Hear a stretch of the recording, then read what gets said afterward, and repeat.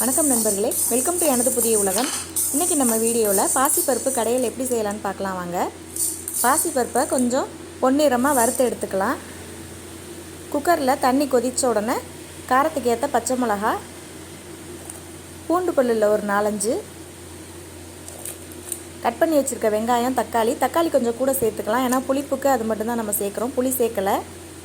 சேர்த்துட்டு நம்ம வறுத்து வச்சுருக்க பாசிப்பயிரை நல்லா அலசிட்டு அதோட சேர்த்துக்கலாம். கொஞ்சமாக மஞ்சத்தூள், தேவையான அளவு உப்பு சேர்த்துக்கலாம்.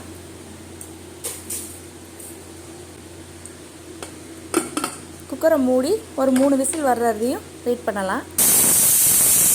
இப்போ அதுக்கிடையில் மசாலா அரைச்சிடலாம். தேங்காய், மிளகு, ஜீரகம், பூண்டு, வெங்காயம், குழம்புத்தூள் இதை மிக்சியில் அரைச்சி எடுத்துக்கலாம். ரொம்ப வலுவலுன்னு அரைக்க வேணாம், முக்கால் பதத்துக்கு அரைச்சிக்கலாம். இப்போ சட்டி காஞ்ச உடனே நல்லெண்ணெய் இல்லை கடலெண்ணெய் சேர்த்துக்கலாம். தாளிப்புக்கு கடுகு, உளுந்தம்பருப்பு, நல்லா வெடித்து வரையில் வரமிளகா, பெருங்காயத்தூள் 1 ஸ்பூன்,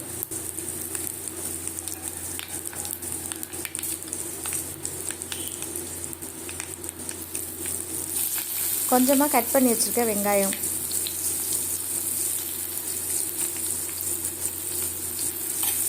சேர்த்து நல்லா வதக்கலாம்.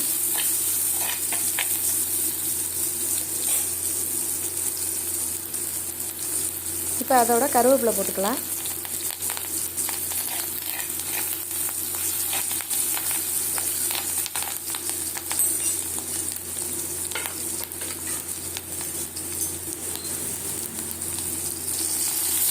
நம்ம குக்கரில் வேக வச்ச பாசிப்பயிறு இந்த அளவு வெந்திருக்கணும். இப்போ இந்த பயிரை அதோட சேர்த்துக்கலாம்.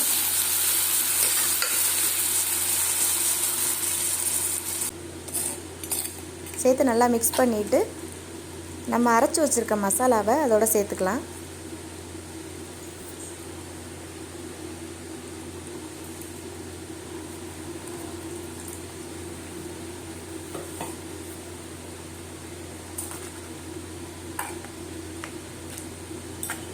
நல்லா மிக்ஸ் பண்ணிக்கோங்க.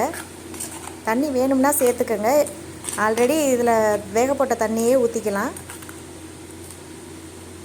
குழம்பு மாதிரி வேணும்னா இன்னும் கொஞ்சம் தண்ணி விட்டுக்கலாம்.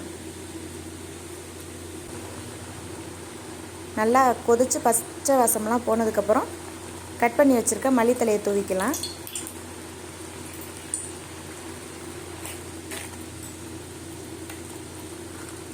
அவ்வளோதாங்க, ரொம்ப சிம்பிளான பாசிப்பருப்பு கடையில் ரெடி ஆயிடுச்சு. இதே மாதிரி நீங்களும் வீட்டில் ட்ரை பண்ணி பாருங்கள். இது சுட சுட சாதம், சப்பாத்தி, இட்லி, தோசை எல்லாத்துக்குமே இது சூப்பராக இருக்கும். இதே மாதிரி மெத்தடில் செஞ்சு பார்த்துட்டு எப்படி இருக்குன்னு கமெண்டில் சொல்லுங்கள்.